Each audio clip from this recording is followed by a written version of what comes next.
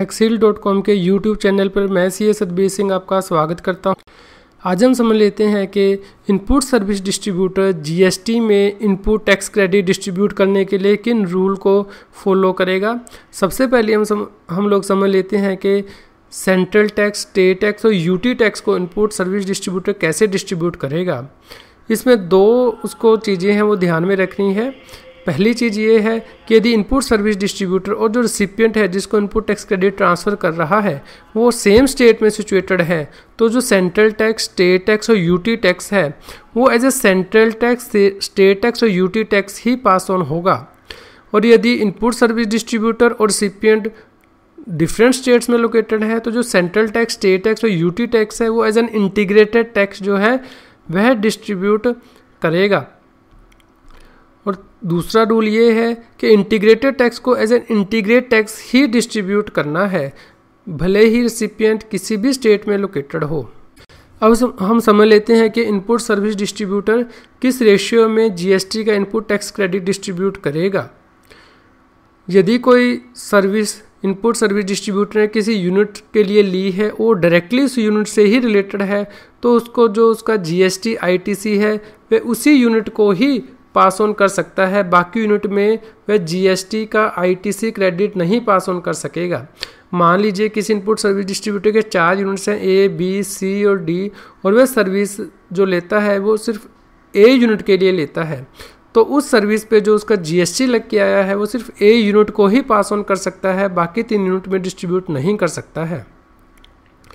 लेकिन यदि input service जो है एक से ज़्यादा यूनिट को एट्रीब्यूटेबल है से लिंक्ड है तो जो जीएसटी का आईटीसी क्रेडिट है वो प्रोराटा बेसिस पे उसको पास ऑन करना होगा। प्रोराटा बेसिस का मतलब है कि जो टर्नओवर है सभी यूनिट्स की रिस्पेक्टिव स्टेट्स में उस रेशियो में, यदि टर्नओवर अवेलेबल है पिछले फाइनेंशियल ईयर में तो उस फाइनेंशियल ईयर की जो टर्नओवर है उसके बेसिस पे, यदि पिछले फाइनेंशियल ईयर की टर्नओवर जो है रिसिपिएंट की अवेलेबल नहीं है तो लास्ट क्वार्टर जिसके लिए की डिटेल अवेलेबल है इनपुट सर्विस डिस्ट्रीब्यूटर के पास रिसिपिएंट की टर्नओवर की, उस रेशियो में उसको जीएसटी का आईटीसी क्रेडिट पास ऑन करना है। मान लीजिए जुलाई में कोई इनपुट सर्विस डिस्ट्रीब्यूटर किसी रिसिपिएंट को आईटीसी क्रेडिट पास ऑन करना चाहता है और पिछले फाइनेंशियल ईयर की टर्नओवर अवेलेबल नहीं है तो अप्रैल, मई और जून की जो टर्नओवर है रिसिपिएंट की उस रेशियो में उसको जीएसटी का आईटीसी क्रेडिट पास ऑन करना होगा। अब हम इसको एक एग्जांपल के थ्रू समझ लेते हैं। मान लीजिए एबीसी लिमिटेड का एक कॉर्पोरेट ऑफिस बेंगलोर में सिचुएटेड है और उसकी 4 यूनिट्स हैं, बेंगलोर, चेन्नई, मुंबई और कोलकाता, और सॉफ्टवेयर लाइसेंसिंग का एक उसको इनवाइस मिलती है जिसमें कि 4 लाख रुपया सेंट्रल टैक्स का चार्ज किया हुआ है, 4 लाख रुपया स्टेट टैक्स का चार्ज किया हुआ है और 7 लाख रुपया जो है इंटीग्रेटेड टैक्स का चार्ज किया हुआ है, तो कुल मिलाकर हुआ 15 लाख रुपया। उसको ये 15 लाख रुपया एज एन इंटीग्रेटेड टैक्स सभी यूनिट्स में जो है टर्नओवर की रेशियो में डिस्ट्रीब्यूट करना होगा। हम इसको एक और एग्जांपल के थ्रू भी समझ लेते हैं। मान लीजिए XYZ लिमिटेड का एक मुंबई में एक हेड ऑफिस है और उसकी 3 यूनिट्स है, एक मुंबई में सिचुएटेड है, एक जबलपुर में और एक दिल्ली में, और उसको एक इनवाइस मिलती है जिसमें कि मुंबई यूनिट से रिलेटेड CGST जो चार्ज किया वो 3 लाख रुपया है और तीनों यूनिट्स के लिए जो IGST, CGST और SGST चार्ज किया गया है वो 12 लाख रुपया है। और मान लीजिए कि पिछले फाइनेंशियल ईयर 15-16 में तीनों यूनिट्स की टर्नओवर 10 लाख रुपया है जिसमें कि मुंबई यूनिट की 5 लाख रुपया, जबलपुर यूनिट की 3 लाख रुपया और दिल्ली यूनिट की 2 लाख रुपया, यानी कि मुंबई यूनिट का टर्नओवर रेशियो हुआ 50%, 5 लाख डिवाइड बाई 10 लाख, और जबलपुर यूनिट का 3 lakh divide by 10 lakh 30%, Delhi unit का 2 लाख डिवाइड बाई 10 लाख 20%।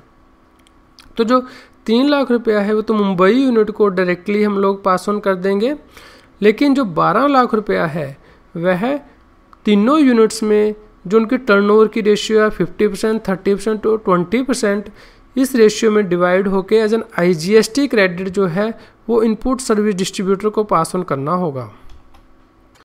आपके सामने एक टेबल दिया गया है, इस टेबल में हमने जो है मुंबई यूनिट से रिलेटेड 3 लाख रुपया वो तो डायरेक्टली पास ऑन होगा,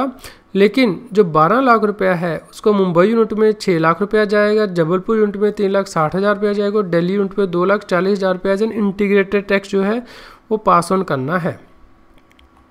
और अधिक जानकारी के लिए आप इस YouTube वीडियो के डिस्क्रिप्शन में दिए गए लिंक पर क्लिक कर सकते हैं और रेलेवेंट मटेरियल को रेफ़र कर सकते हैं। आप जो GST से रिलेटेड बेस्ट और लेटेस्ट बुक्स हैं उनका भी लिंक मैंने इसी YouTube वीडियो के नीचे दिया गया है, उनको रेफ़र कर सकते हैं। अधिक जानकारी के लिए मेरे YouTube चैनल को सब्सक्राइब करें। यदि आपको ये YouTube वीडियो पसंद आया तो आप इसको लाइक करें और शेयर करें।